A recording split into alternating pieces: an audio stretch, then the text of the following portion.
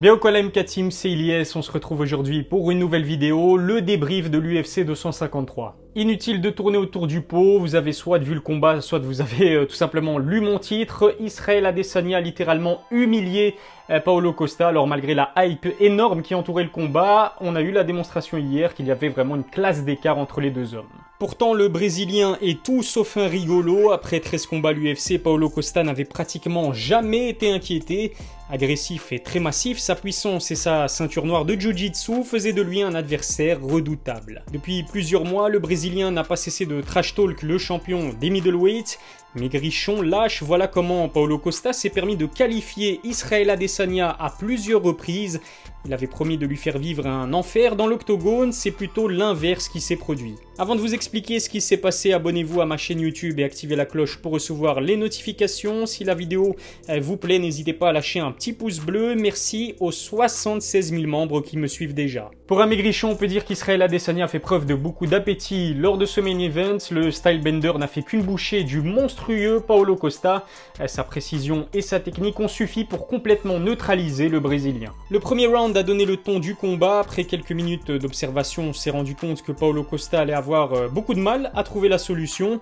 Son déficit en allonge et en vivacité se sont rapidement fait ressentir. Après les 5 premières minutes, seuls 7 de ses 8 coups ont touché la cible. Comme à son habitude, Israel Adesanya a d'abord effectué un véritable travail de sape. Ses kicks à la jambe ont progressivement abîmé les appuis de Paulo Costa. Alors même si le Brésilien a fait mine qu'il ne sentait rien, ses jambes ont probablement beaucoup souffert. Habitué à avancer sans relâche vers ses adversaires, le Brésilien s'est montré très prudent au premier round. À sa décharge, on peut dire que le game plan était avant tout de ne pas se fatiguer trop vite. Le problème, c'est qu'au deuxième round, il n'a pas enclenché la seconde vitesse. À chacune de ses rares offensives, Paulo Costa s'est fait punir en contre à tel point qu'il a volontairement évité de mettre la pression comme il en a pourtant l'habitude de le faire. On a vraiment le sentiment que la dangerosité d'Israel Adesanya l'a totalement découragé à passer à l'attaque. Littéralement puni par les kicks et les contres d'Israel Adesanya, Paulo Costa a même fini par reculer. L'arcade sourcilière en sang, le Brésilien s'est écroulé après un crochet gauche en pleine tempe.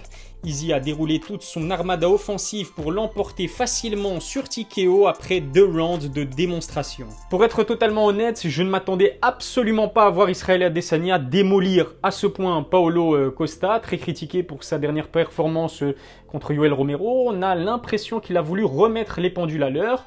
Cette victoire, c'est d'ailleurs la 100e de sa carrière professionnelle en tant que combattant. On a également eu la démonstration que le plus léger pouvait soulever le plus lourd. Sa mobilité et sa technique ont fait la différence face à un adversaire peut-être trop imposant physiquement.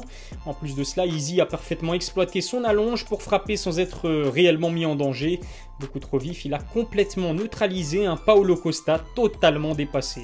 Pourtant, il me semble bien avoir vu Paulo Costa amener Israel Adesanya dos contre la cage à 2 reprises. On sait que c'est à ce moment-là que le Brésilien devient vraiment redoutable et qu'il commence à envoyer des frappes lourdes. Pourtant, même dans cette position favorable, il n'a rien tenté. C'est comme s'il avait déjà rendu les armes. Il ne faut pas pour autant réduire le Brésilien à une montagne de muscles. Il est bien plus que cela. Avant cette défaite, Costa était invaincu en 13 combats et n'était presque jamais apparu en position de faiblesse. Ce soir, il avait l'air emprunté et n'a jamais été capable de casser la distance. Ça n'enlève en rien la performance impressionnante du Nigérian d'origine. Après Anderson Silva, Whittaker, Romero, c'est donc le scalp de Paulo Costa qui s'ajoute au tableau de chasse d'Israel Adesanya. Il en est à 20 victoires dans sa carrière de combattant de MMA, dont 9 d'affilée à l'UFC. Je pense qu'il va falloir vraiment lui trouver un challenger assez intéressant. J'ai justement 2 idées à vous proposer, à mon avis ça vous intéressera. Pourquoi pas Khamzat Chimaev, le Suédois d'origine tchétchène, a récemment invectivé Adesanya sur les réseaux sociaux.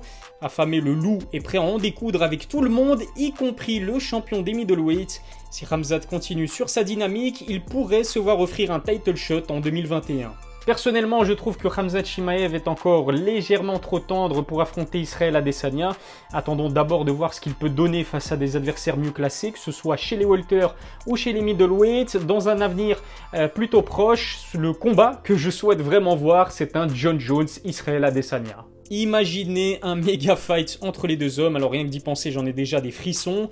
Le GOAT contre celui que beaucoup considèrent comme son successeur. Les deux hommes ne s'apprécient pas et se sont envoyés plusieurs pics interposés ces derniers mois. Reste maintenant à savoir dans quelle catégorie pourrait se faire ce choc des titans. Passons maintenant au co-main event de la soirée. Jan Blachowicz devient donc le nouveau roi incontesté des light heavyweights. Hier soir, eh bien, il a tout simplement roulé sur Dominick Reyes. Après sa belle performance contre Bones, on pensait Dominick Reyes capable de ravir une ceinture qui lui avait échappé de justesse. Malheureusement pour lui, il avait en face un sacré puncher en la personne de Jan. Ses kicks au corps et ses coups de poing ont abîmé le pauvre Reyes. L'Américain devrait d'ailleurs passer une sale semaine puisque son nez et ses côtes ont pris très cher pendant le combat. Vainqueur sur TKO au deuxième round, le Polonais devient le premier homme de son pays à décrocher une ceinture à l'UFC. Reste à savoir si son règne sera aussi long que ses prédécesseurs Jones et Cormier. Après sa démonstration face à Dominick Reyes, on peut imaginer que oui.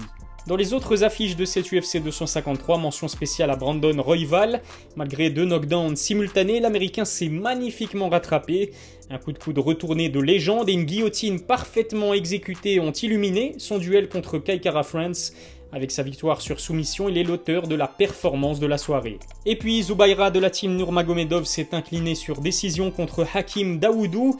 Malgré la présence de Khabib et d'Islam dans son coin, l'inactivité du Russe au 3e round lui a coûté la victoire. Il avait pourtant bien débuté le combat. Voilà, c'est déjà tout pour la vidéo. Merci de m'avoir suivi en nombre sur Twitter pour commenter cette UFC 253. N'oubliez pas d'ailleurs de me suivre sur les réseaux sociaux. Tous les liens sont dans la description. Je vous dis à dimanche prochain pour une nouvelle vidéo. D'ici là, passez une excellente semaine et prenez soin de vous.